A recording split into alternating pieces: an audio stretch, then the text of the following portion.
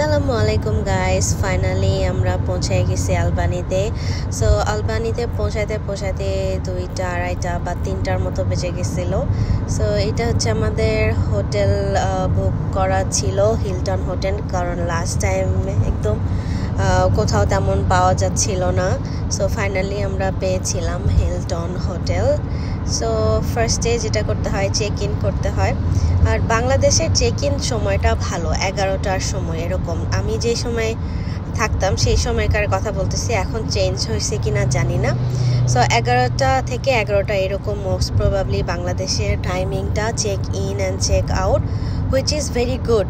এইখানটে mostly check in দেখা যায় 3টা 4টা এরকম। সো এত বেলা করে চেক ইন করলে তো হইল না, তাই না?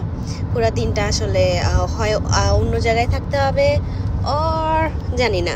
এনিওয়েজ, সো আমরা চেক ইন করছিলাম। আমাদের এটা রুম বড় ছিল, কিন্তু হিলটন হোটেল হিসাবে রুমগুলো আরও একটু বেশি পশ হলে ভালো হতো। অত বেশি পশ ছিল না, আর ডাবল বেড দেওয়া ছিল। অবশ্য এটা আমাদের চয়েস ছিল না, লাস্ট টাইম জন্য আমরা পাই নাই, এটাই সিলেক্ট করতে হয়েছে।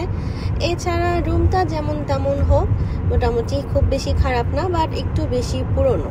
যদিও ওদের রেনোভেশনের কাজ চলছে, রেনোভেটেড করবে ওরা রিসেন্টলি, বাট মানে ওকে ছিল আর কি। আর যদিও তো একটা রাতই থাকবো আমরা আলবানিতে, তারপরে দিন চলে যাব হচ্ছে ক্যামব্রিজে। সো হোটেলটা যেমন তেমন, হোটেলের জানলা দিয়ে যে বাহিরের ভিউটা, সেটা কিন্তু অসম্ভব সুন্দর ছিল। সো এই জন্য আর বেশি কমপ্লেন করতে ইচ্ছা করছিল না।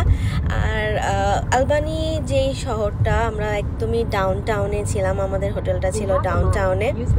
এই ডাউন টাউনটা কিন্তু সুন্দর ছিল একেবারে, খুবই শান্ত শিষ্ট, বেশি মানুষজন নাই, আমার ভালোই লাগছে।